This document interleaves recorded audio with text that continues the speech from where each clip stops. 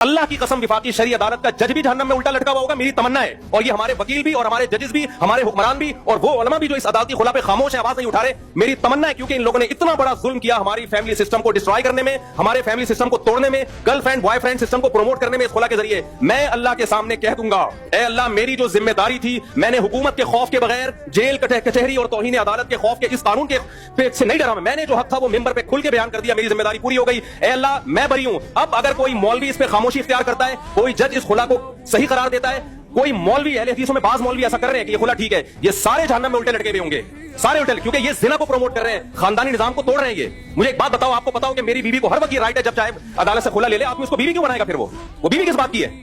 Girl friend اور بیوی میں فرق کیا رہ گیا؟ پھر گرل فرینڈ کو بھی یہ رائٹ ہے جب چاہے چھوڑ کے چلی جائے، بیوی کے پاس بھی کورٹ نے یہ رائٹ دے دی ہے جب چاہے کورٹ سے خلا لے کے چلی جائے۔ ابے تو گرل فرینڈ ہی رکھ لیتا، اس سے بہتر نہیں تھا کیا؟ ان حرام خوروں کو اتنی بڑی زمینی حقیقت سمجھ میں نہیں آ رہی ہے، اور پھر ہمیں سمجھاتے ہیں حدیث بخاری کی، قرآن کی، تو تم قرآن حدیث ہم تم سے زیادہ سمجھتے ہیں۔ سب سے پہلے اجماع امت ہے، صحابہ نے، تابعین نے، چاروں اماموں نے قرآن حدیث سے کیا سمجھا ہے؟ تم 15ویں صدی کے مولوی ہمیں بتاؤ کہ قرآن حدیث کیا ہے؟ بہت افسوس ہوتا ہے، مجھے اہل حدیثوں سے یہ توقع نہیں تھی، جب میں اہل حدیثوں کو دیکھتا ہوں اسی عدالتی خلا کو پروموٹ کر رہے ہیں۔ یار تم تو صبح شام کہتے ہو قرآن حدیث قرآن حدیث، تمہیں کیا ہو گیا؟ اس سے میں تقلید پہ اور مضبوط ہوتا ہوں کہ آپ ان مذاہب اربعہ کو فوکس کرو تاکہ اس گمراہی سے بچو آپ، ورنہ ہر شاخ پہ الو بیٹھا ہے، انجام گلستاں کیا ہوگا؟ قرآن حدیث کے نام پہ ہر شخص آپ کو گمراہ کرے گا۔ کوئی ایسا خلا نہیں ہے، نہ قرآن میں نہ حدیث میں، کہ عورت جب چاہے جائے اور کورٹ سے خلا کی ڈگری لے کے دفع ہو جائے۔ وہ ایسا یہ نہیں مانتا اسلام، یہ زنا ہے۔ عورتوں کو پسند ہو تو بھی یہ زنا ہے، پسند نہ ہو تو بھی یہ زنا ہے۔ زنا پہ اسلام کا لیبل مت لگاؤ، آپ گرل فرینڈ بن جاؤ کسی کی، لیکن عورتیں بھی پیڑے کھاتی ہیں، نہیں بیوی بن کے حقوق بیویوں والے لینے، یعنی پاور وہ لینی ہے جو گرل فرینڈ کے پاس ہوتی ہے، حقوق وہ لینے جو بیویوں کو ملتے ہیں۔ گرل فرینڈ کو نان نفقہ ملتا ہے؟ بولو نا، نہیں۔ گرل فرینڈ کا بچہ حلالی ہوتا ہے حرامی ہوتا ہے؟ حرام کا بچہ ہوتا ہے وہ۔ گرل فرینڈ کا سسرال سے کوئی تعلق ہوتا ہے؟ وراثت ملتی ہے؟ نہیں۔ لیکن ایک پاور گرل فرینڈ کے پاس ہوتی ہے، جب چاہے بریک اپ کر لے۔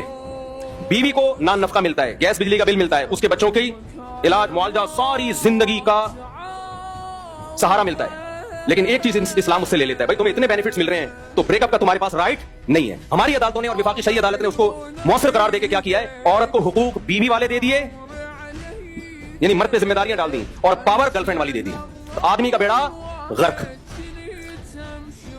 آدمی کا کیا کر دیا؟ بیڑا غرق کر دیا۔ اور یہ صرف پاکستان میں نہیں، پوری دنیا میں یہ ہو رہا ہے، اور ہمیں بتایا جاتا ہے کہ فلانے اسلامی کنٹری میں بھی یہ قانون ہے۔ اور بھائی صاحب، اس زمانے کے اسلامی کنٹریوں کے قوانین کو پرکھا جائے گا قرآن و سنت پہ۔